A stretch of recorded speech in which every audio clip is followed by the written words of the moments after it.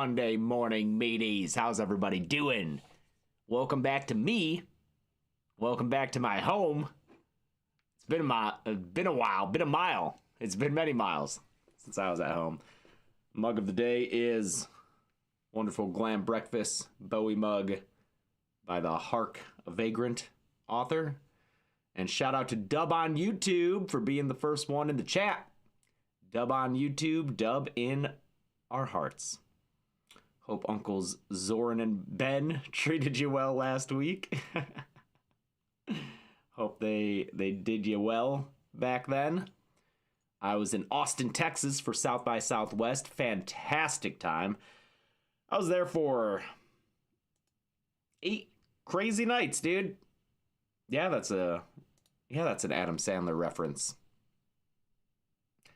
Cinefied Com says, I killed it in Grind. Such a fun movie. So Cinefied, I'm assuming you were at South by Southwest, since I was, in fact, in a movie called Grind that premiered at South by Southwest. Were you there? Did you check it out? Traffic was pretty bad in Austin, Cody. But yeah, we checked in last Wednesday, or I guess the previous Wednesday. And they're like, yeah, you're here for 8 nights. I was like, yeah, I guess so. Really expected to get sick of it by the time the week was over, but I never did, man. I had such a blast. I could have gone a few more days. It was so good. Who is James's and Chelsea's celebrity lookalike? I literally just the other day, I went to the eye doctor because my LASIK I got in 2020 is worn off, which I don't think it's supposed to, but nevertheless, things are blurry for me again. And in the eye doctor, I was compared to Chris Evans, which happens sometimes. So I would have to say I used to get, oh my God. Why can't I think of his name? Rushmore. He's great. Alex Hirsch. Yeah, sometimes I get that.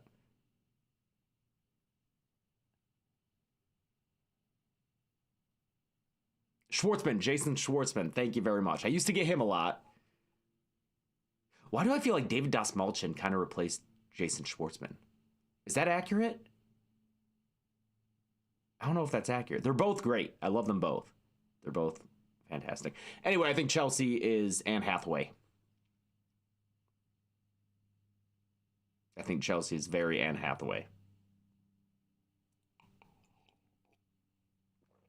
Mr. Capallo, what is that? Chelsea looks like Ruth Connell. The fuck is Ruth Connell? Ruth Connell. A Scottish actress? I don't know. I feel like Chelsea often gets just any redhead. People will just say, oh, you look like this other redheaded actress. Even though she hasn't been a redhead in years. Oh, Jason Schwartzman is Talia Shire's son, therefore part of the Coppola family. I always forget that he's a Coppola. Coppola? Is there a consensus on that? I feel like I hear both. Right? You get both? Chelsea could be live action Misty from Pokemon. But Misty's a water trainer and Chelsea just loves Ditto. Chelsea has been playing so much of that fucking game, dude. That new Pokemon game. She loves it. Coppola is how you hear it, James Hooper? I can't pronounce shit. Pokapia, yeah, that's what it is, yeah. I look like a white John Legend.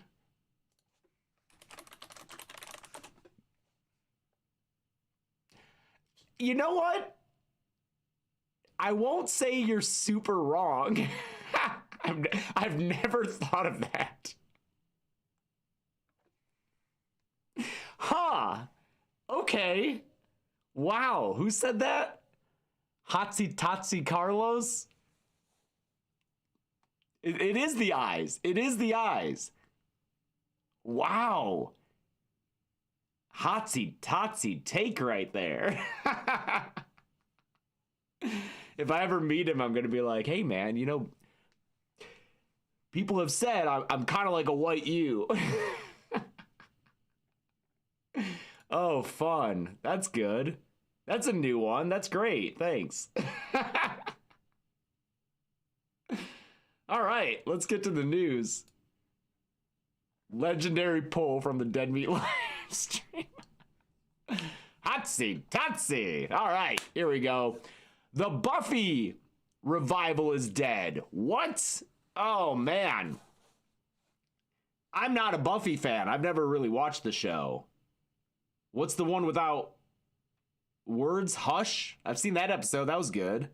I never was really interested in checking the show out. Just kind of passed me by.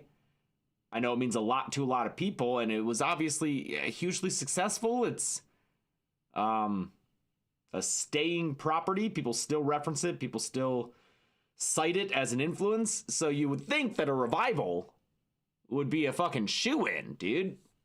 But yeah, as we learned last week, and as I'm sure Ben and Zorn commented on, the Buffy revival was canceled at Hulu even after they shot a pilot for it. Like, they went through the process of shooting this thing, casting it, filming it, editing it. They had a whole ass pilot, and then at Hulu, it got killed. Some called it not perfect. Some called it not great. What's crazy, though, is it was being directed by Chloe Zhao, who is an Oscar, like, she was just at the Oscars. And her movie had like 8 Oscar nominations or some shit. She did Hamnet, which I didn't care for at all, but she's a very talented director.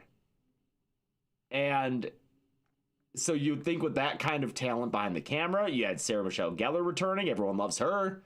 She's a darling. But it got canceled. And apparently, what I love about this is that Sarah Michelle Gellar has been doing interviews and stuff. And she's been saying that one executive there kept saying that, oh, I haven't watched the show, it's not really for me, and she basically blames this guy without naming him, but people have surmised that it is probably this Disney exec and Hulu exec, what is it, Erwick? Sean Erwick or something? The Disney Television Group president, Craig Erwick. Craig Erwick apparently shot this shit down. Yeah, I don't know what the deal was. I know that the person they cast to be the new Vampire Slayer is pretty young. She's like 15. And that Sarah Michelle Gellar was initially 18 at the start of the original show. So maybe that was it. Because I guess like they filmed a pilot and then got notes back that it was too networky, too, let's see, it played too small, some indicating that the streamer also felt the show was, oh no, it's too small, too young. So they reshot it. They like redid it to make it, I think, longer, more adult, featuring more of Sarah Michelle Gellar's Buffy. They fucking like poured more money into it, addressing the notes, redoing it, and then it gets canceled still. So like Sarah Michelle Gellar seems upset. And what's also crazy is that, like, I had just seen her in person the night before this news broke, so I'm assuming she knew it at the time, because Ready or Not 2 was at South by Southwest, and she's part of that movie. Very fun movie. If you haven't seen it, please check it out. If you like the first movie, you should like this one. It's more of the same in a good way. But, yeah, man, that must have sucked for her to have that kind of experience rained on by like, oh, I think she even said that she found out the news basically when they were about to be on stage for Ready or Not 2 at South by Southwest. And then same thing with Chloe Zhao, the director, is at the Oscars that same weekend and then gets news that the pilot she directed didn't get picked up. Like, that sucks, dude. That's a bummer for both of them. Just, that sucks. And it sucks for Buffy fans, because I'm sure you people were very much looking forward to it. And I'm sorry that didn't pan out. At the bottom of this article, they say that the hope is to get another take on the Buffy IP up and running within the next couple of years. Who said this? Oh, a Disney Entertainment Television spokesperson said, our decision not to move forward with the series order is now a reflection of our respect. Yeah, I can't imagine Sarah Michelle Gellar is going to be very pleased or excited to work on another iteration of this after putting so much energy into something that just gets canceled, right? Like, that's gotta suck, dude. That's gotta suck. Hey, thank you so much, Coco Ball. Love this weekend's James Chelsea South by Southwest short. Thanks a lot. Very much appreciate that. So, I don't know, man. That's a bummer. Sorry for fans of Buffy. And yeah, maybe Chloe Zhao's not a great fit for a TV show. I know that she wasn't a great fit for Marvel, because which one did she do? Eternals? But I feel like, didn't Eternals, at the time it was seen as a bomb, but maybe in retrospect it wasn't as disastrous as some of the subsequent Marvel films, right? Are there Eternals defenders? I feel like Eternals gets the same hate that the Marvels did, but maybe the Marvels is the worst movie. I haven't seen a Marvel movie since who fucking knows, so I'm just going off of what I love the duality here, though. We got Nosley saying Eternals was terrible right after them, Sade Smith saying Eternals is fucking great. So, okay, seems like it's weird and artsy, and Ben liked it. Okay. Eternals Defender. Yeah, it did come out during COVID. That was still, 2021, still COVID-y. Pretty COVID-y. And she got that because she made Nomadland, which was an Oscar-winning, that was the Best Picture winner, right? I didn't see that one because that was, COVID time. Weird time. But, yeah, interesting. All right, well, sorry for Buffy people. Also didn't like Hamnet. If you want to hear more about me, Chelsea, and Gressel's opinions on the Oscars, you can tune in as a patron, $5 or more. That'll be up, I think, today. We recorded our Patreon podcast talking about the whole Oscars, all the award winners, all the movies that were nominated, the ones we saw anyway, which were a lot of them. And you can hear those opinions on our Patreon. Because we love talking movies, not just horror movies. Also, my Letterboxd is Dead Meat James, if you want to see reviews of some of the movies I watch on there. Hamnet is on there. Just didn't work for me. Just didn't work for me at all, man. I feel like James is going to have a lot of hot takes this Oscar season. I guess my hot takes would be I didn't like Hamnet. I hated F1. And The Testament of Anne Lee was the biggest snub of the year by far. By far. Spork fell off updating his Letterboxd. Our community manager, Michael, recently promoted to community manager, fell off updating Letterboxd. Yeah, it's tough. It's tough keeping it. And here's the thing, man. I'm gonna be honest. I've had a little bit of the Chris Stuckman dilemma, a little bit of the Chris Stuckman hesitation with Letterboxd, because I can log all these reviews and I can say things I hate about movies, but eventually I'd like to make things. And is it bad form to be like, wow, this thing sucked, and then I go and make something that could suck? I don't know. It's a tricky line, all I'm saying is I understand Stuckman's dilemma and why he pivoted to only speaking about things that he enjoyed. And but yeah, it's like if I'm rating a movie like 1 star, and then maybe in the future someone who worked on that is like, well, fuck you then. I don't want to work with you or support your stuff. I don't know. It's a weird dilemma to have, but at the same time, I'd like to be honest about what I feel. Yeah, Joe Lynch. You're right, Dub on YouTube. You're right. Joe Lynch, who is a filmmaker, does update his Letterboxd frequently, keeps it pretty real, still pointing out what he liked about it. Yeah.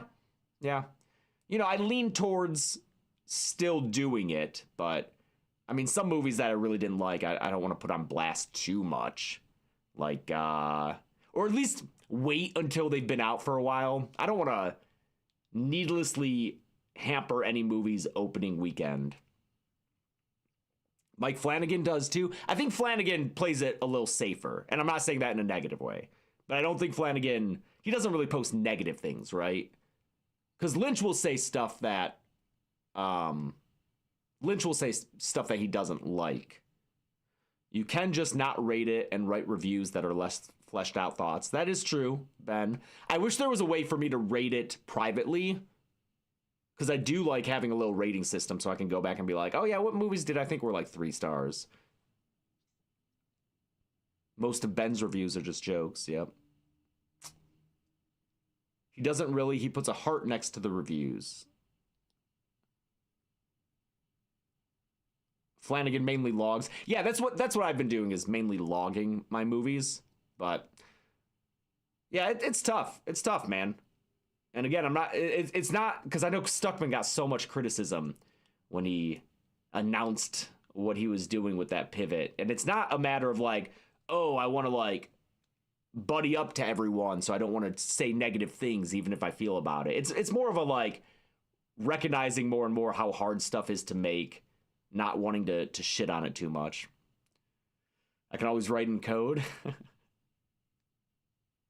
like Anna Lori, friend of the channel, Anna Lori, her Letterboxd is all just great movie, like all 5 stars.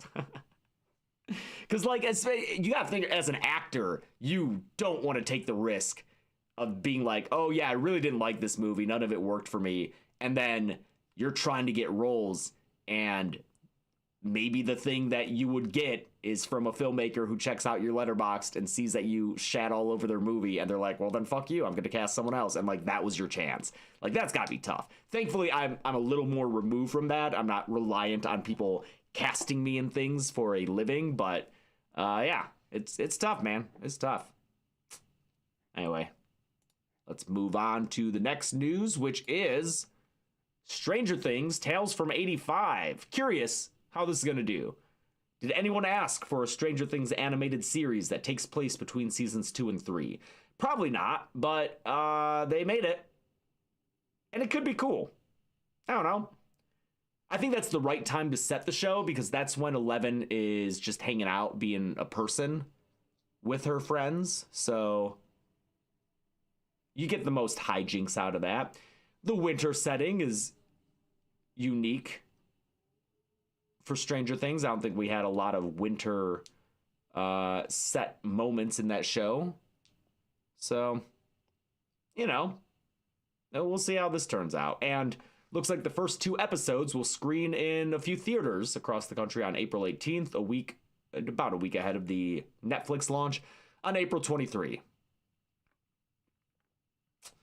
D-Man thinks the show would be better received if it said it wasn't canon and was just fun. Isn't there a show that's like Star Wars? No, Marvel. Didn't Marvel had a What If series? Isn't that basically what that is? Like, not canon, but Marvel.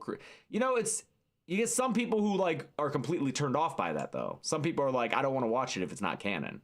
I imagine. How did the What If thing do? Did that perform well? And when was that?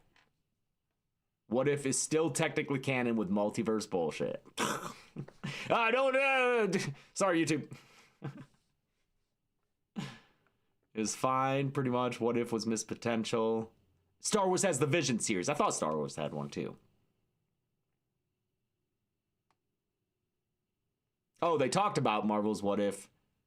Oh, Why If? The other... Why If? What the fuck is Why If? Is there another one? Yeah, whatever.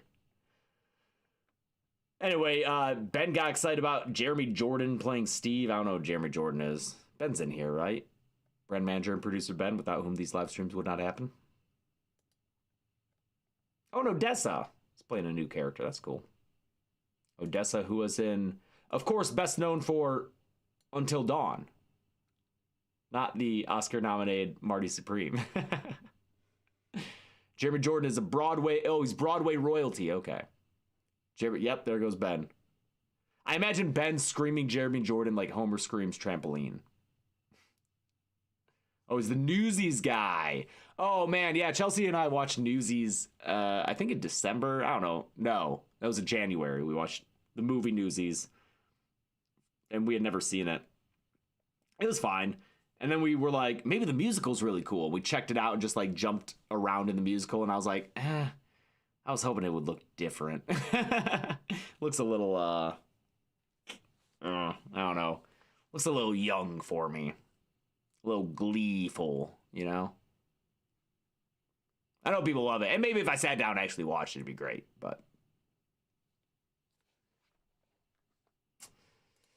oh, speaking of Stranger Things, there's a fucking Blu-ray coming out, dog. Like a big old Blu-ray box set of the whole series. You got a regular Blu-ray and then a 4K like deluxe version.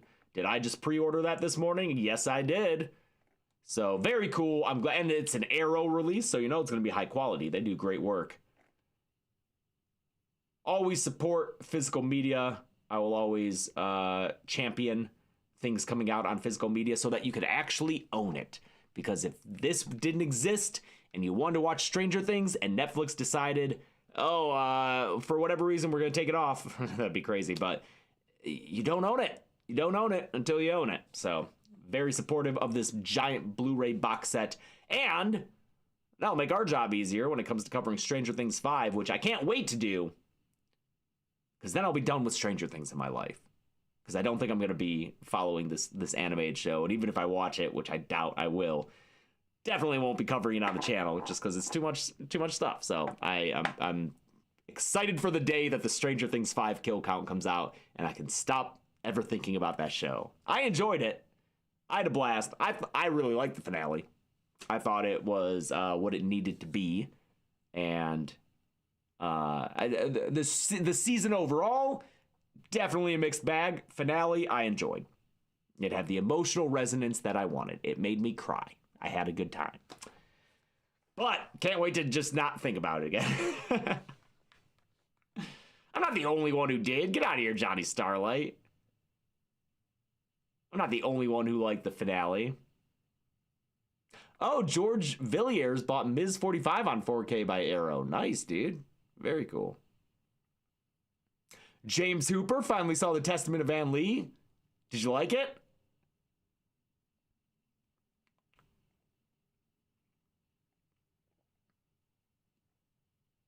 Hope you liked it. It's great. Loved it. Nice. All right. A Quiet Place Part 3. Full cast includes, top line cast includes Jack O'Connell from Sinners. Yes. And 28 years later, Bone Temple. That's awesome. Good for him. He deserves all of the credits, all of the casting, basically just based on Sinners. I know he's another stiff before. Sammy! He's great. Fucking love him. So happy for him. Not familiar with Katie O'Brien or Jason Clark. It's Jason Clark. Who's this gentleman? Oh, he was in the Pet Sematary remake. Okay. That's right. And Oppenheimer. But my horror brain is like, oh, he was in Pet Sematary. I saw that with Matt Pat. Anyway, this movie will be a sequel to A Quiet Place Part 2. It will not be a follow-up to A Quiet Place Day 1. That was its own thing. And good, because Quiet Place Part 2, my biggest issue with it was it just felt so needless. The first Quiet Place, great movie, fantastic, fucking killed it at the box office. Look at that fucking $340 million. Jesus. Great work there. The sequel put up good numbers too. But I just didn't think it needed to be in existence, Quiet Place Part 2. It just felt like a lot of the same. And then the ending was a big letdown for me. I just feel like they get to that island and then it kind of ends. And I'm like, why do we even come here? What do? We ended it the same way. So I think it needs a Part 3 to kind of justify Part 2's existence, if that makes sense. James, search the name Katie O'Brien. You know who she is. Katie O'Brien. Jesus, dude, you're gonna get me in trouble. Love Lies Bleeding, which I have not seen yet. I need to. I haven't seen all these things, dude. Wait, is she... Twisters? Twisters is good. Oh, yeah, and Twisters. It's funny that, for me, Twisters is what I know her from, because I haven't seen any of this other stuff, but she's yeah, fucking in Mission Impossible. And an Ant-Man movie, and the Running Man. Oh, and Christy, is she Christy? No, she's not Christy. Oh yeah, Sydney Sweeney was Christy, that's right. I have not seen Love Lies Bleeding. I think it's on my watch list. I can't see everything, dude. She was on the bisexual submarine in Mission Impossible 8. She's in Running Man, which I haven't seen, yeah. Yeah, there's really nothing to spoil in A Quiet Place Part 2, dude. It's just more of the same movie, and it ends very, whatever. So, again, I think Part 3 will help justify its existence. I'd like to see a follow-up from that. And, yeah, I mean, this cast, good stuff.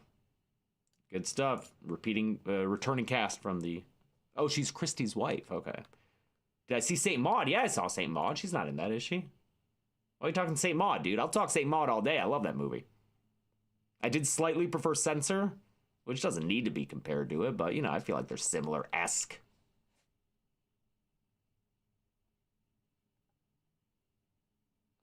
Oh, St. Maud is the same director of Love Lies Bleeding. That's why you're bringing it up. Okay. Yeah. No, it's great. Rose Glass. Okay. St. Maud rules. Check out St. Maud if you haven't. That was 2019? What? Whoa. I can't believe that's already 6 years old. Yeah, Morfydd Clark from Lord of the Rings. Rings of Power. I remember when this came out and she got, like, criticism for being Galadriel or whatever. I was like, but she's fucking great in St. Maud, so...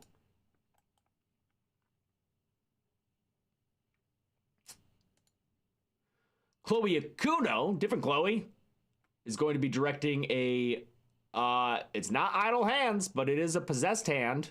Bad Hand. Written by April Wolf, who wrote Black Christmas. The 2019 one? All right. Fingers crossed. We love a good redemption. We love to see people put something out that's great after it not being great. So, fingers crossed, rooting for this. Chloe Okuno's great. She made Watcher, which is what this still is from. Micah Monroe is not confirmed to be in Bad Hand. They just found an image of a Chloe Okuno movie with a hand up. But Watcher's great. Watcher is a Prime Rib nominee a few times over, I'm pretty sure. Definitely for Micah in her role. But yes, this movie will be about a mild-mannered kindergarten teacher who, the week before her wedding, is the victim of a hit and run. In the wake of the accident, she discovers to her horror that the trauma has caused her right hand to act with a mind of its own, bent on bloody revenge. Yeah. Okay. Could be cool. Could be cool. To be fair, she only had like 2 months to write the Black Christmas script. But then again, Ryan Coogler wrote Sinners in 2 months. You can't compare. You know, there's certain people you can't compare other people to, you know? Like if someone's like, man, I'm too tired and my plate is too full to take on another project. You can't just be like, well, Mike Flanagan, he could handle this no problem. Certain people are just, they're different, you know? Coogler, different. Flanagan, different. King, different. You can't, you know? So, but good reminder that the Black Christmas script was rushed. Oh, Chloe Okuno also gave us Ratma. That's right. Vicky screams. Very good shout there. Did she write anything else? Is Black Christmas the only thing she's got under her belt? Clawfoot? Anyone see this? I don't know what this is. Cover seems a little streamy. Seems like it's mostly Black Christmas for the big movies, but again, rooting for it to... Oh, yeah, wow. Oh, wow. I probably mentioned this in the kill count that it was her first feature script. I had to have. I don't remember because it was a while ago, but... And again, like, Sophia Takal, very talented filmmaker. Mike Flanagan doesn't sleepwalk, he sleep directs. Probably, dude. All right, so we'll keep an eye out on Bad Hand. Premise sounds interesting. No casting news yet, but let's flag that one for follow-ups. Because Chloe Kuno, great. 28 years later, The Bone Temple is going to be on Netflix real soon. Real soon. Oh, wait. Yes, real soon, March 31st. So just over a week away. If you haven't watched it, dude, watch it when it comes out on Netflix. Show the people that we love it. Because this movie fucking rips. It's so good. Even if you didn't like 28 Years Later, this one might be more your speed. It doesn't have random cutaways to stock footage of medieval warfare. So, you know, if that kind of thing was rubbing you wrong, which, listen, I love 28 Years Later. Those edits were just, I was like, okay, all right. Let's, I don't know. They weren't my favorite part of the movie. I'll say that. But 28 Years Later, The Bone Temple is still, you know, thematically ambitious like the first movie. Maybe more stylistically safe, if that was your issue. And I just fucking love it. What if that was your favorite part, Ari Gonzalez? Well, then, I don't know. You might have a bad time, but I think Bone Temple is fantastic. Ian Kellison and Samson are needed on the Royal Rumble. What if I said I agreed? I don't know. But, unfortunately, Bone Temple bombed at the box office. Oh, it was so painful. Oh, it hurt so bad. It didn't even make its fucking budget back nominally. And normally, you really gotta, like, do the 2.5 multiplier to cover marketing and the theater cut. But this didn't even on paper appear to make a profit. It made $58 million off a $63 million budget. Oof, bad, rough. Sucks when a movie like this performs like that, and then other movies that aren't great do really super well. I wish they could all just do well. That'd be my preference. Wish all movies could make a lot of money. That'd be cool, but if I had to pick, I would rather Bone Temple make a lot of money. And it's not just critics who enjoyed it. Audiences really liked it. It's just a lot of audiences didn't go and see it, unfortunately. But you can watch it on Netflix in a little over a week if you didn't catch it. And you can watch it again if you did watch it. And you can show the studio that you would be interested in a third movie. Because after that bomb, dude, I know that Sony did technically greenlight the third movie, but this was before Bone Temple came out. And with that bad of a box office performance, because I cannot stress how bad that was, it's not certain that we will actually get a third movie. And if we don't, listen, if we don't get this third movie of this ambitious and unique film trilogy that these people are trying to make, they could have just taken this property and made a zombie flick and cashed in on a safe IP. Instead, they wanted to do something interesting with it. Even if you didn't like it, they're trying something, and I want to see the resolution, and if we don't get it, I will be very upset. So I will be very upset with all of you, personally. So please, watch The Bone Temple on Netflix. Show that there's an interest for this third movie, because I really want to see it. And, you know, somewhat spoilers, we will get more Cillian Murphy in the third one. I think it'll be like his movie, probably, if it happens. So, and that was always kind of announced, I think. Even from the beginning, it was like, the third one will be Cillian's movie. Huh, all right.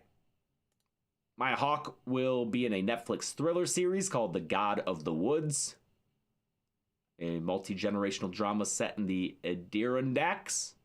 That's in, like, Missouri and Iowa, right? Midwest?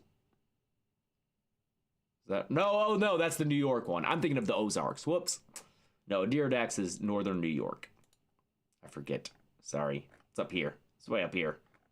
Not a lot going on up there except for Maya Hawke running around investigating the disappearance of a 13-year-old from her family summer camp. All right. Is this got a release date or anything? Oh, she's going to be in the Hunger Games? Nice.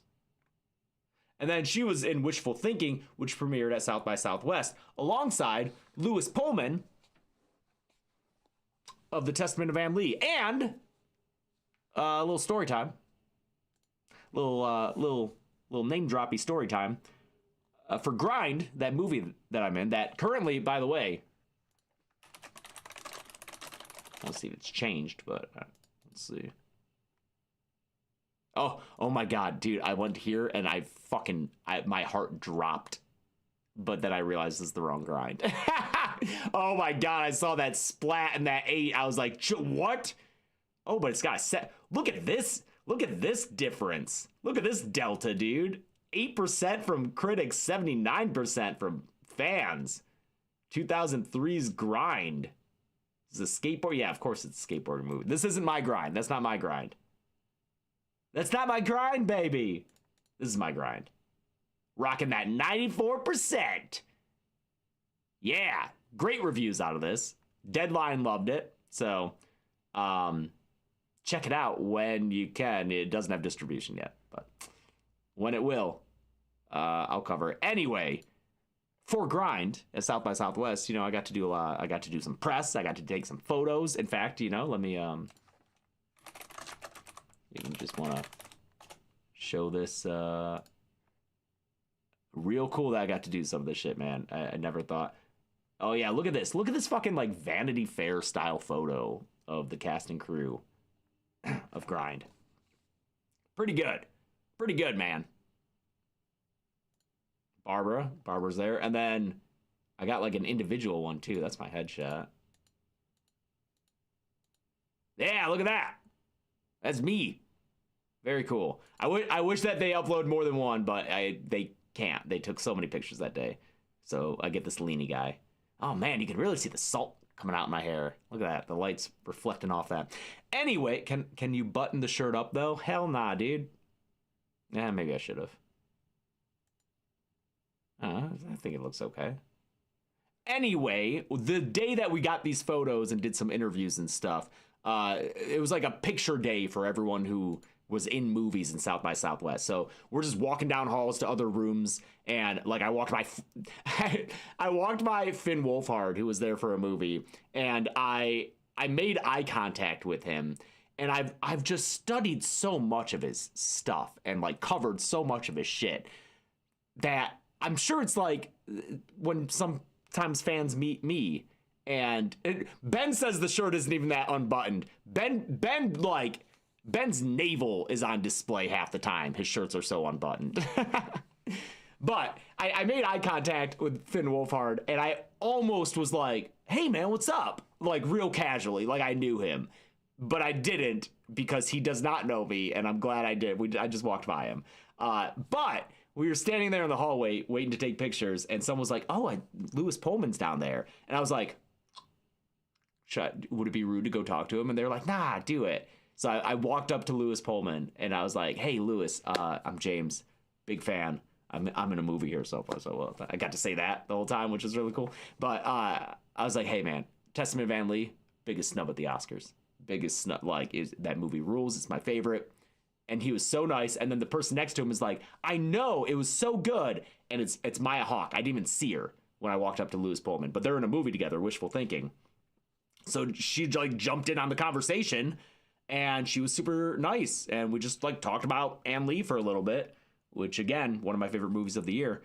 And then before I left, I was like, "Oh, hey," they were like, "Oh yeah, what's your name?" And I was like, "Oh, James, I'm here with a movie. I also run a YouTube channel that covers horror movies. So like Maya, I've covered a lot of your stuff. Big fan." She's like, "Oh, thank you." She was super nice. Both of them were super sweet, and just thought it was a cool thing. And I would relay how nice they are to you guys in case you're fans. You can know that they were at least very kind to me in person, and seemed like they actually talked to me, which was nice. It wasn't just a thing where it was like they were like, oh, thanks, okay, and just like waiting for me to leave. It was a really nice conversation, and they were lovely. So just wanted to relay that for any fans of theirs. Yeah, my Hawk, I can't believe I didn't notice her when I walked up to him. It was just like, blah. All right, back to the news. Last of Us. So I didn't read this because I haven't seen any of Last of Us, but I hope to one day. And I've already been spoiled by one of these news items in the past. So all I will say is that Jason Ritter and Patrick Wilson, P-Dubs, joining season 3. Good gets. Good gets for them. P-Dubs is the man. P-Dubs is fucking ripped, yo. Do you follow Patrick Wilson on Instagram? Because I do. He does I forget the name of like the stuff he does, but because he's 50 something. Look at this guy. Oh no, I have to log in but okay, you can, there's the preview. There's the preview, and you can go check it out for yourself. He's fucking ripped, dude. Look at him. No, it's not P90X. It's, I forget what it is. But he's the man. How old is he? 52. Yeah. If you open the image in another tab, you can see it normally. What does that mean? Open it in another, so like right click, open in tab, open a new tab. No, wait. Oh, you're right, dude. Good call. Look at him. Look at that guy. Girl, look at that body. High Rocks. High Rocks America. I don't know what the fuck that is, but.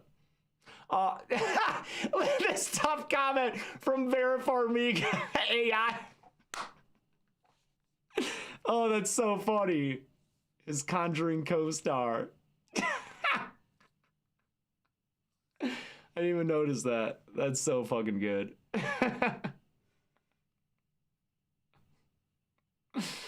Great.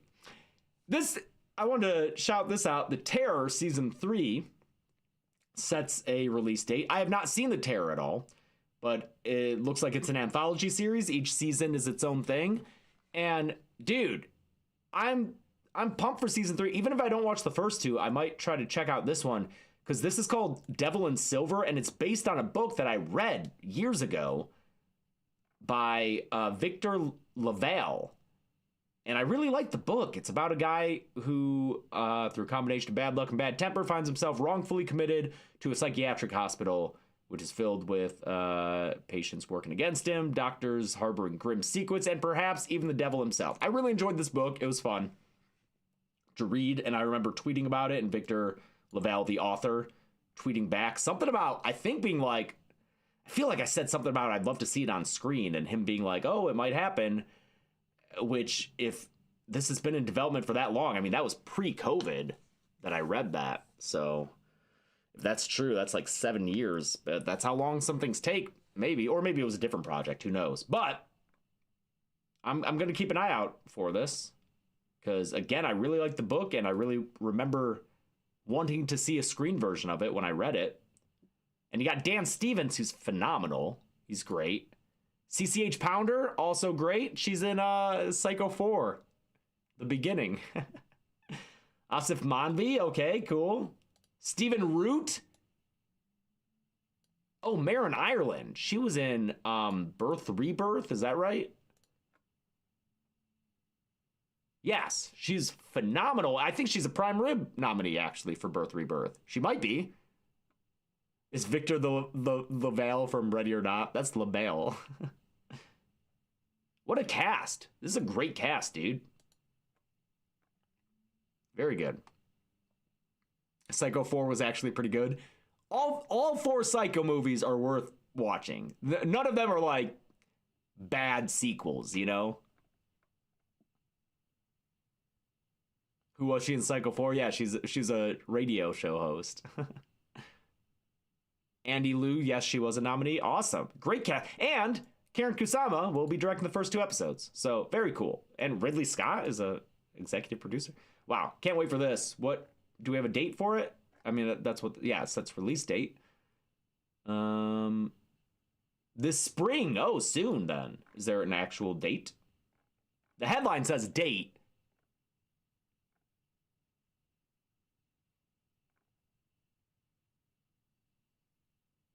Oh, May 7th. That's the day after my birthday. On Shudder, cool. And I saw someone say not to skip the first season, so I shall try to watch that. What up, Joe Brown? Welcome. How many Psychos are there? There are 4, and then the remake, and then a made-for-TV Bates Motel movie. So I guess 6. And then the Bates Motel show. Well, Testament of Anne League and honorary prime rib at the Dead Meat Horror Awards. It's not horror. We can't do it. That's not our... No, man. The Academy dropped the ball, and we can't pick that one up. That's not our jurisdiction. We can't do it. Can't do it.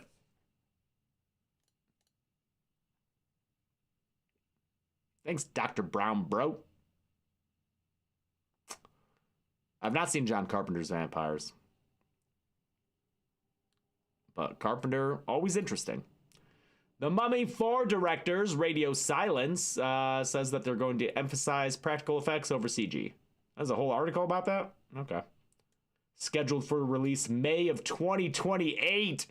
Over 2 years away. But I'm sure they want to take their time getting the script right. The production will probably be a big deal. And then I'm sure, despite wanting to emphasize practical effects, it'll probably have a lot of visual effects as well. Just like all those Mummy movies did. And that will also take time as well. So, hoping we see some good stuff here. Love them. Love Radio Silence. What's this one? Oh yeah, there's the Lost Boys musical coming to Broadway, right? Broadway? Yes. And it looks like this. But I mean, the original movie kind of looks like this, just with different lighting. Like, there's a fucking chud in the comments on this Play Disgusting article being like, why can't they make them's own shows instead of disrespecting classic films? And it's like, dude, you know who directed The Lost Boys, right? Like, very gay man. And the movie is pretty gay, dude. He's like, no, it's not. He literally said it's not gay.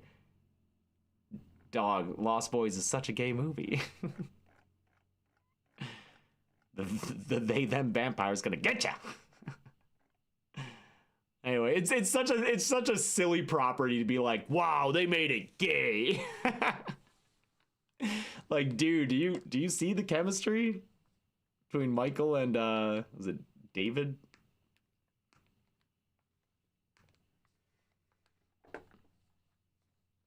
And Joel Schumacher. Yeah, man.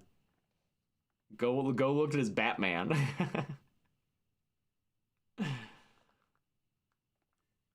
All right. That's it for the horror news. What movies are coming out? Primal Darkness.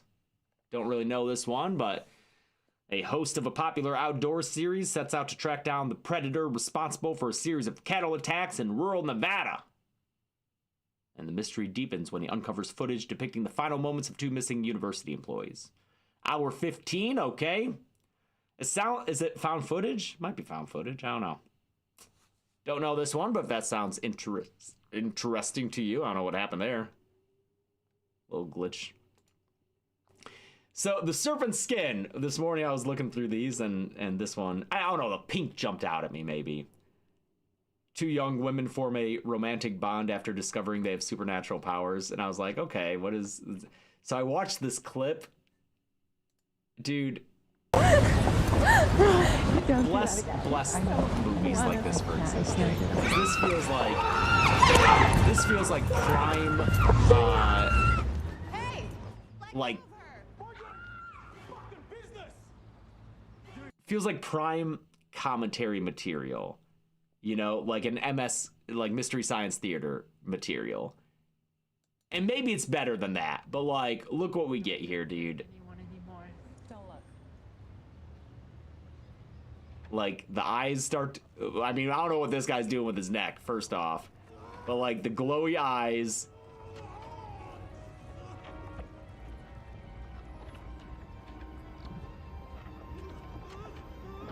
Why does it look like that? Why does it look like it was shot with a camcorder? I don't know.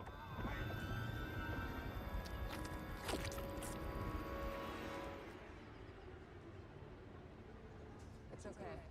You won't remember anything. Now go. Go home. This is like... Bless movies like this, man. Holy shit. What did I do? You just wiped the shit off the ass of the world, babe. We have to leave. Oh, those lines. Great. Great. It looks like someone recorded their TV screen. Yeah. I know, yeah, the pink opaque, like that's what the colors on this Just Watch page really jumped, or the TMDB page really jumped out at me and made me think, of stuff like that. But oh god, what a good it's like the actual Pinko Pig show.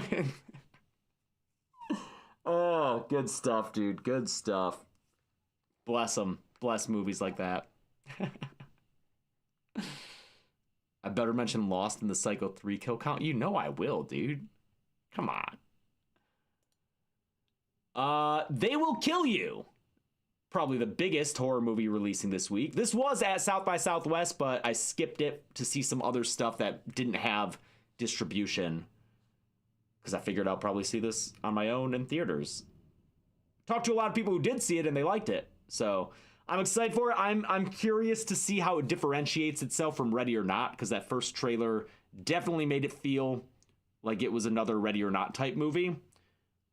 Underlined by the fact that it was often followed up by the Ready or Not 2 trailer. But Tom Felton's in it. I can't stand that guy. Ooh, damn. Coming after Malfoy. But Heather Graham's in it. And Patricia Arquette. You got two babes there. Myhala. I forget if that's how you say her name, but from Buys Bodies. And then Zazie Beetz. Looks like she's having a blast and having a good time. I don't know why she's in her underwear in so much of the in so much of like the promo material, but so yeah, I'm excited to see this. Anyone see this yet? No spoilers, but anyone see this? Vicky has a mystery screening tonight that she thinks will be this. Interesting.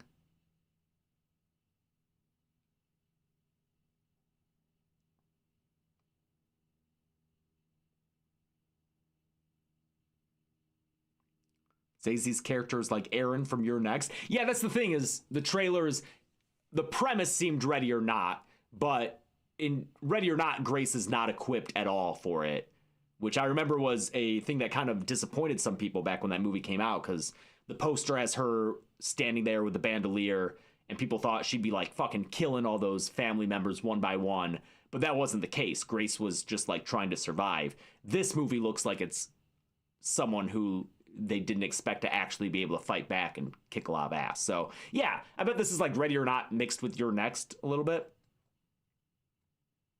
So no one's seen it yet in the chat? Okay, well, we'll wait. We'll wait for this. Wait, Joe Lynch was in the other movie? Wait, what? Oh, voice role, voiceover. Oh, good eye though. Just a Natleen. I don't know how to pronounce what you're going for there, but good eye. I'm gonna ask him about this then. Like, dude, serpent skin. Tell me what's up, man. What is this gonna be on? There's no it's not gonna be a theatrical release. So if this comes out, what's it come out on? Where do I see that? Oh, I almost clicked that. Come on, James. You've been on the internet long enough. Shouldn't there be like a Just Watch link?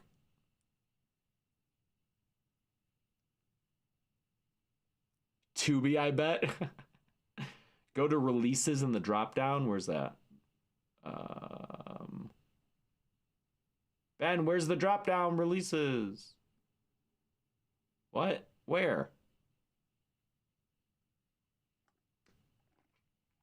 The director of this is pretty well known online. What do you mean online?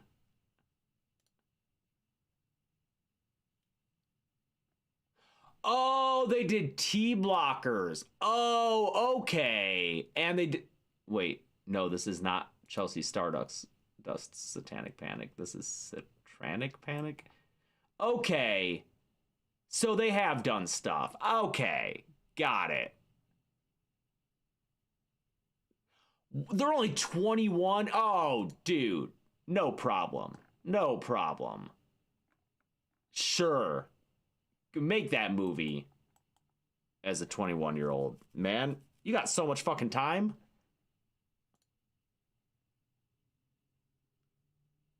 We said overview? Where's the overview? Why can't I? Oh, overview. And then you said... Releases? Do you mean release dates? Oh, release dates. Thank you, Dr. Brown Bro. Feast. I have heard of Feast. But thanks a lot for that. Digital 4/21/2026. Oh, theatrical limited. Oh, okay. So it comes out. Okay, so we can't watch it on digital until next month. But how limited is that theatrical, dude? How limited? All right, good for it though. Good for it. Very good. Forbidden Fruits comes out this week. This one I did see at South by Southwest, and you've probably seen trailers for it if you've been to the movies lately.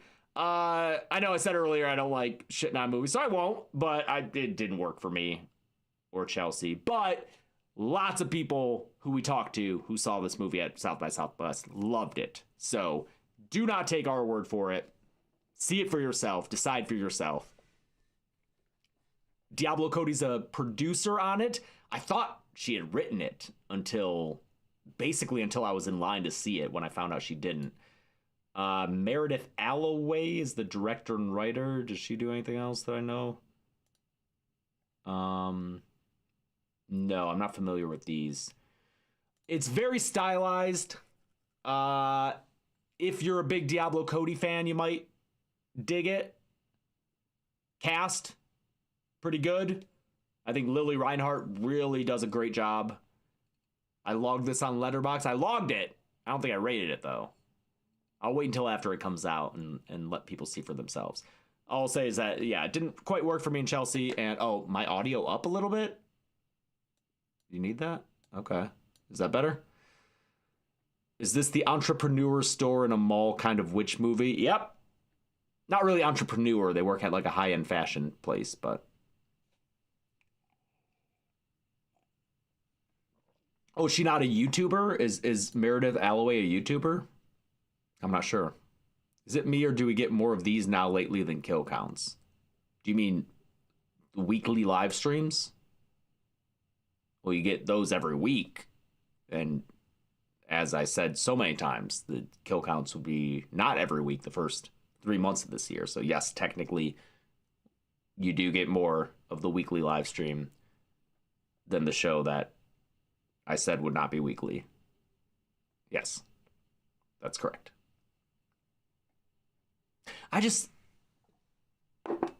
What other show do people watch comes out every single week without a break ever? I just want to know. Because I see so many comments complaining about kill counts not being every week. I just want to know, what show do you watch that comes out every week without ever not being a week? Monday Night Raw. Okay, oh, you got me. You got me there. That's true. No, because Survivor has seasons. Shows have seasons. They take months off without releases. But YouTube, you can't do that. Because then your channel's dead.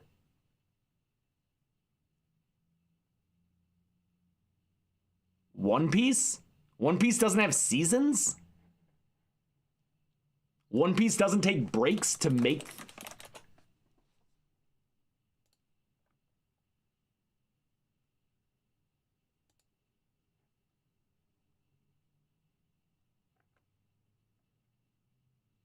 Oh, is this the... is this gonna even... Am I even gonna fucking... There's that... Okay, so this...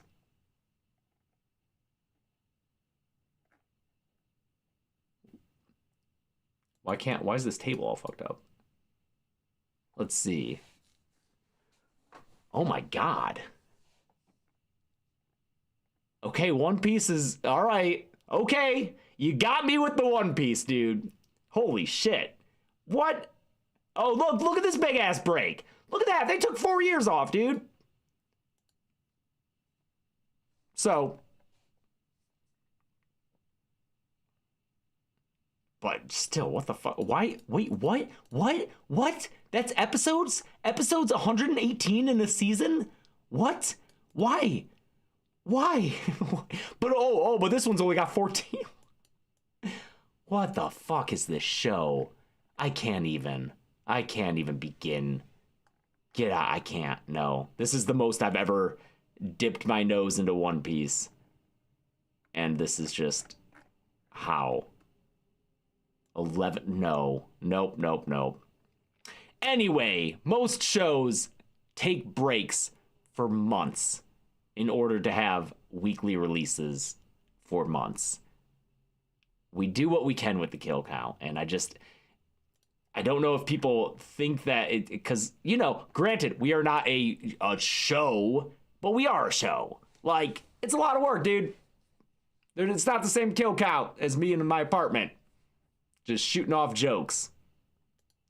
It is a production that requires a lot of moving pieces, and I think it's worth it for the quality we get, but it means that we can't have it every week all the time. No breaks. I'm sorry. You'll have weekly episodes in April. There you go.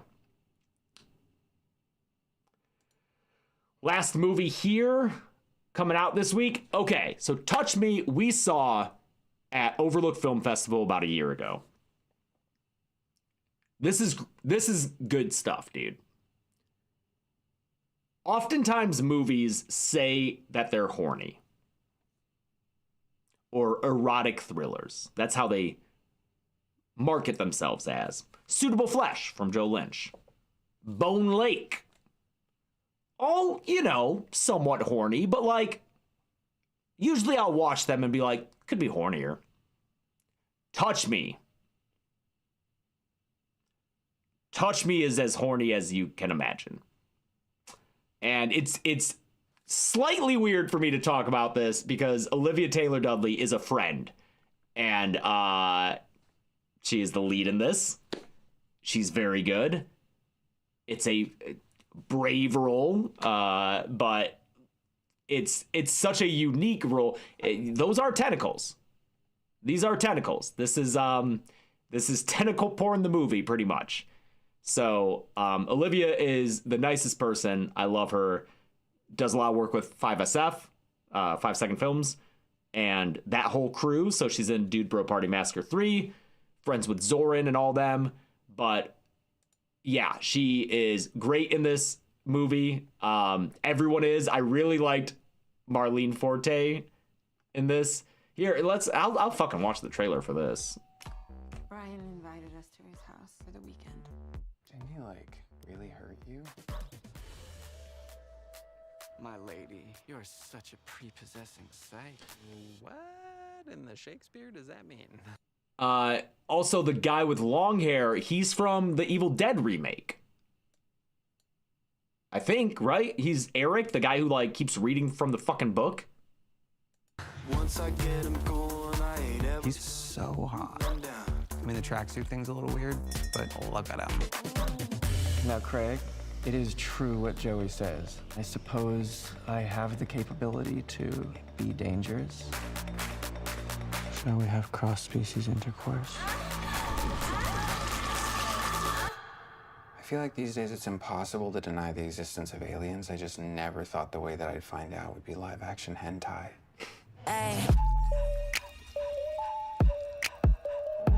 No sadness, no anxiety. I forgot how good it feels. Just pure, unadulterated peace. I've been searching for it for so long. Aren't you, like, with Joey? Is this really happening? I don't get in my feelings, I just get in my bag. By coming here, you found yourself part of something bigger. It's a full symbiotic world. You don't want to stay. Oh my God, no! What he's doing is horrible. We both need to leave, but you first. I'm just trying to protect you. Right.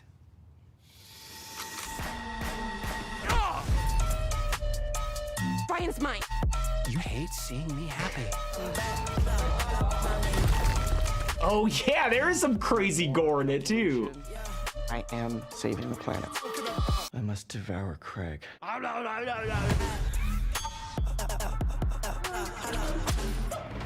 A long trailer.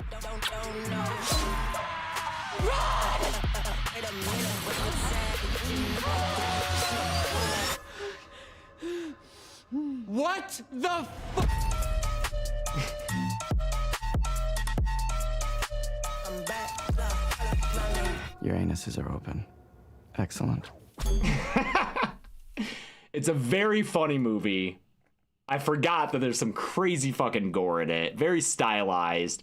Yeah, not gonna be for everyone, but I definitely wanted to play it because the people who are interested in it based on that trailer, please make sure you see it because it will fulfill all of the promises that and it's like a tiny little movie, dude. It was made for low budget. The guy who made it, Addison Hyman, I've seen him around at film festivals, talk to him. He's really cool. I don't think this might be his first feature. What's Hypochondriac? Okay, no. So it's not his first feature. I haven't seen Hypochondriac, but you know, he's an independent filmmaker. This is an independent film, and it's just very funny, very fulfills the promise, and very good. So wanted to promote that so you can check it out if you're interested in it. And yeah, it's got the fucking dancing is so funny. All right, cool. That's it for horror news. Let's talk about dead meat stuff. So we've got no kill count this Friday. Sorry. But there will be a podcast on Wednesday, and it is a March Madness bracket, baby.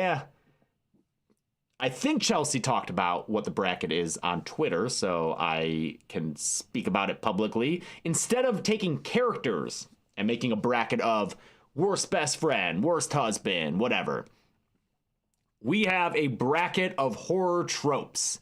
What is the worst horror cliche, horror trope? Things from... I'll use ones that aren't in the bracket, like the Shining references that always happen, or walking into an empty room and saying, hello?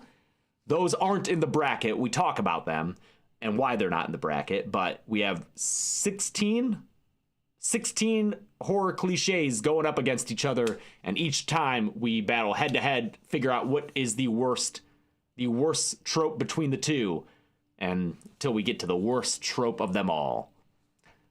Oh, thanks, Mr. Bungles. Oh, hell yeah. Nice with the they might be oh, I'm jealous as fuck of that. Kakadilla, thank you very much. Oh, Actually on Dropout. If you haven't seen our Actually, please watch. It's very funny and rewarding. But yes, very fun March Madness bracket. And then we kind of threw off the podcast schedule by doing the Scream 7 episode because we wanted to... Hello, guys, this isn't funny anymore. Yeah, yeah, that's exactly the kind of thing that we talk about. So with the Scream 7 podcast, that was done on an off week because we just want to talk about that movie and kind of just, get it out of our system. We just want to... We had things to say, we had to say them. So based on that, it kind of threw off the schedule a little bit. So not only do we have a podcast this week, we have a podcast next week as well, as opposed to taking a week off. And we've already recorded it. It is our South by Southwest recap, which means like spoiler-free reviews of the 12 movies we saw at South by Southwest, some of which are coming out, like Forbidden Fruits and Obsession.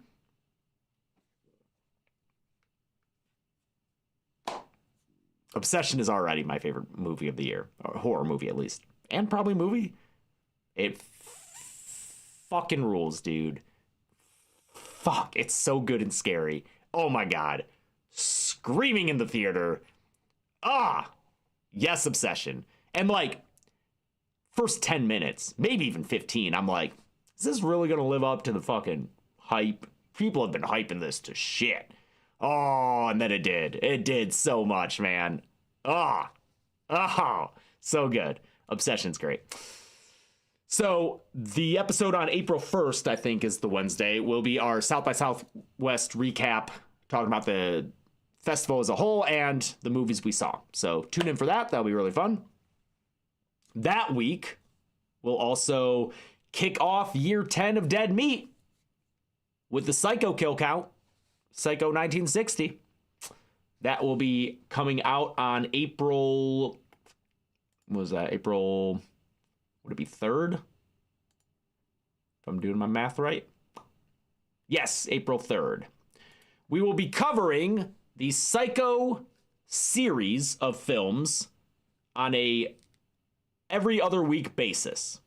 So Psycho, April 3rd. Psycho 2, April 17th.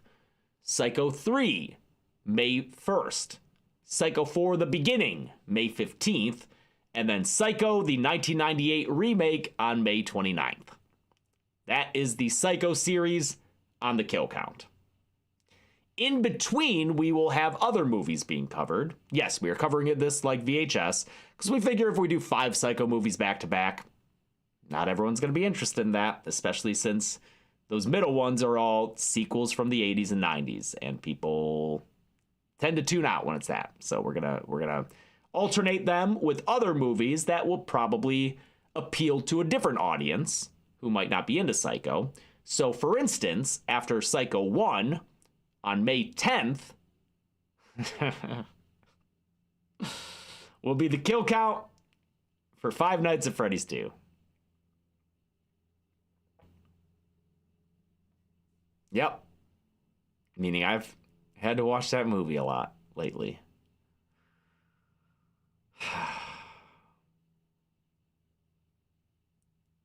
I know fans loved it, but you deserve better. Okay? You deserve better movies. But then again, all the behind the scenes stuff I just went over, they made the hell out of that movie, man. Those animatronics are fucking great. Production design great. Acting's good. The direction's good. But god damn that script. It's not a movie script. It's not. It's just not. There's not a structure. It's not. It's just. Fuck me, I've never written a script, though. I've never written a movie script, so. Whatever. Amazing Spider-Dan. Get out of here. That's foul. Other than that, I'll say that on May 8th, since Obsession is coming out around then, will be a kill count on Milk and Cereal. That'll come out between Psychos 3 and 4.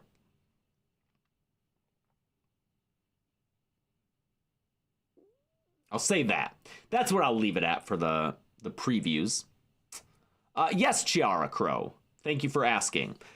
For patrons, like I said, we recorded our Patreon podcast for March. That's me, Chelsea, and Gressel talking about the Oscars. That should be out today. Milk and Cereal is the kill count that I said. It's a free horror movie on YouTube. Listen, if you haven't watched it, please watch it. It's so fucking good, dude. It's only an hour long. It's on YouTube. It's on the channel That's a Bad Idea. And let's see it. It's right here. It's a found footage movie. It's great. It is only an hour long, and it was made by Curry Barker and this guy, Cooper Tomlinson, his producer and actor. And they are making Obsession. And Obsession comes out May 15th. So the Milk and Cereal episode will be out the week beforehand. Please watch Obsession. Or I'm sorry. Yes, please watch Obsession. But please watch Milk and Cereal. Again, it is a free film that you can just spend an hour watching and is fantastic. Very creepy. Very good. For patrons, we have our Oscars review podcast coming out hopefully today. If not, then tomorrow, but probably today. We recorded it. I just got to get it online. And then we have scheduled the commentary tracks. So on Thursday, we'll be recording the Taking of Deborah Logan commentary track with James and Elise Willems. We'll have 2 people joining us for that one. So that'll be really fun. Love those 2. And then the next day, we're going to be recording, I believe, a podcast on Death of a Unicorn. Not podcast, sorry, commentary track on Death of a Unicorn with another podcast that we met at South by Southwest, the Horrored Girls. Ran into them at the Obsession after party, and they knew us and started talking to us and really vibed with them. They're really cool. Harley and Jerry just got along with them super well and said that we wanted to have them for a commentary track. So the next 2 commentary tracks will have 2 guests. And I've not seen Death of the Unicorn, so I'm excited to see what it's like. Hopefully having 2 guests doesn't crowd it too much. I don't think we've done that before, because that's 4 people on a commentary track talking about a movie. But hopefully we find a nice rhythm of like, you should do commentary on Nirvana, the band, the show, the movie. You mean the best fucking comedy? Curry Barker is the son of Clive Barker? No, I don't believe he is. Pretty sure he's not, dude.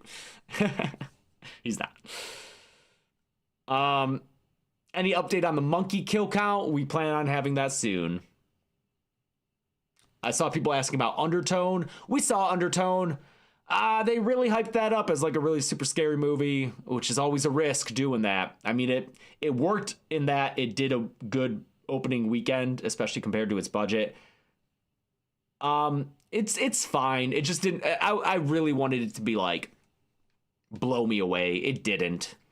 I said it gave me horror blue balls, in that like I kept getting ready to be super scared, and then nothing would happen. I'd be like, ah, fuck.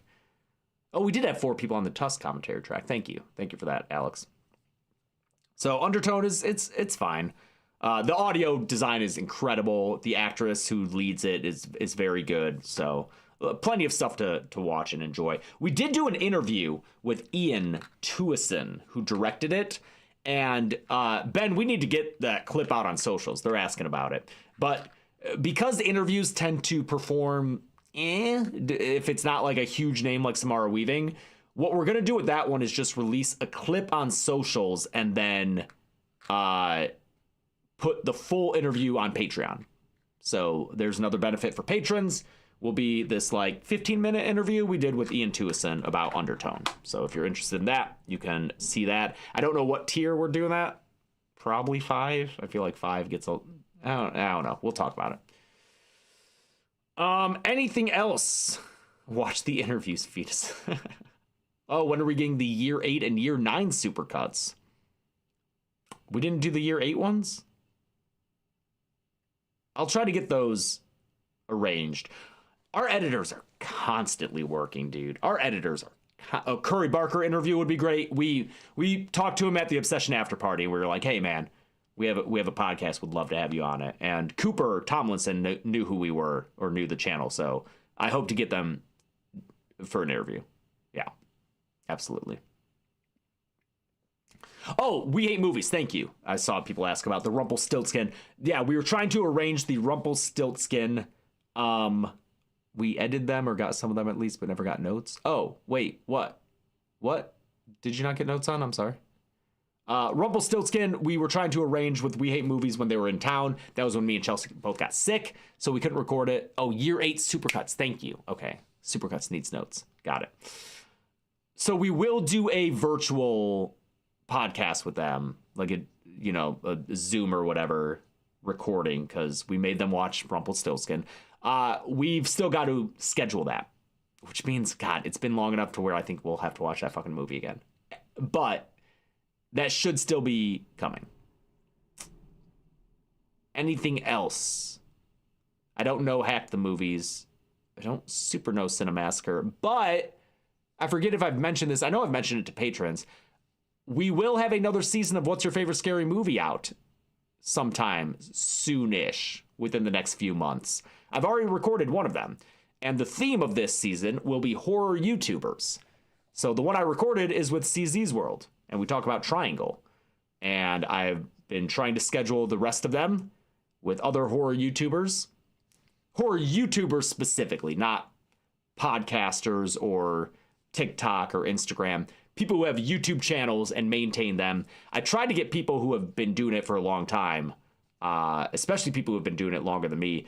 A few of the people I reached out to never got back to me, unfortunately, but we do have a lineup of 7, including CZ's World, and their choices are really cool, and I'm really excited to film more with them. Just because so many people are asking, yes, Spooky Astronaut / Emma is planned to be one of them. So I'm excited for all these, and really, it's a great lineup, dude.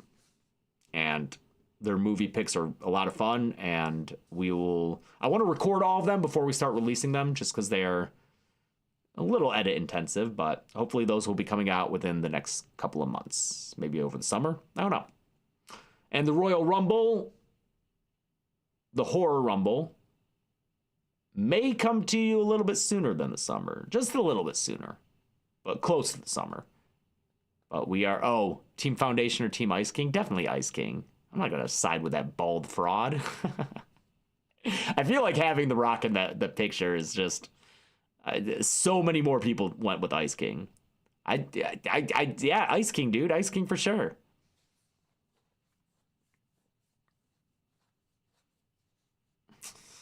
Markiplier interview when? That's a damn good question, man. I'll get back on the reps about doing that. Thank you, Devin is cool and Suni Boy. All right. Anything else? Haven't talked about Hokum. Didn't get a chance to see it yet.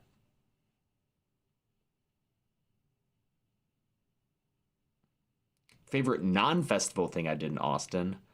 Just walk around. I feel like I have a good grasp on the city's downtown now after being there a few times and just getting a lay of the land. I just love Congress Street and how it leads up to that beautiful Capitol building. It's gorgeous.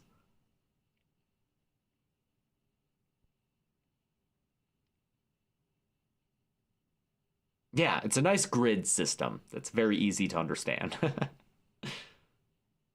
Any restaurant recommendations? It's not a restaurant, but Taco Deli. It was just like a quick little fast cash place. I was surprised by how fucking good it was, dude. Popped in there just for a quick lunch and really enjoyed the tacos I got there. Taco Deli. Maybe it's on Congress? I forget. It's very good. All right, anything else, folks?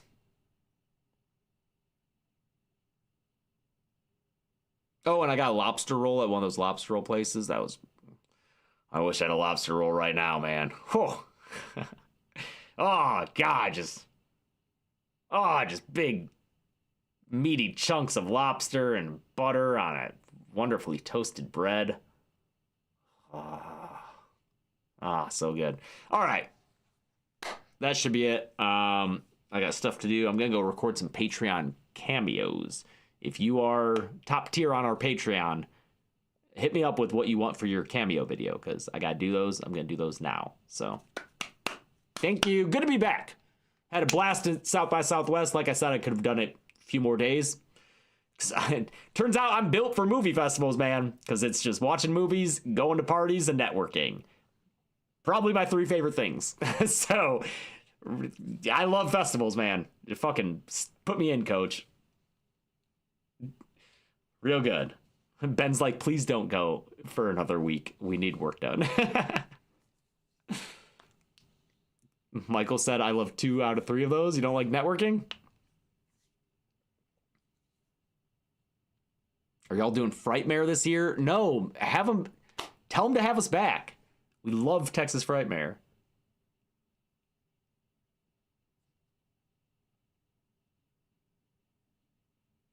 Overlook in April. I think we're going there. I think we're going to be at Overlook. So keep an eye out for that. And yes, R.I.P. Jamie Blanks, director of Valentine and Urban Legend. And true horror fan. Okay. Thanks, folks. Really appreciate it. And I'll see you next week. Love these things. One day I will make a screen that says ending, but in the meantime,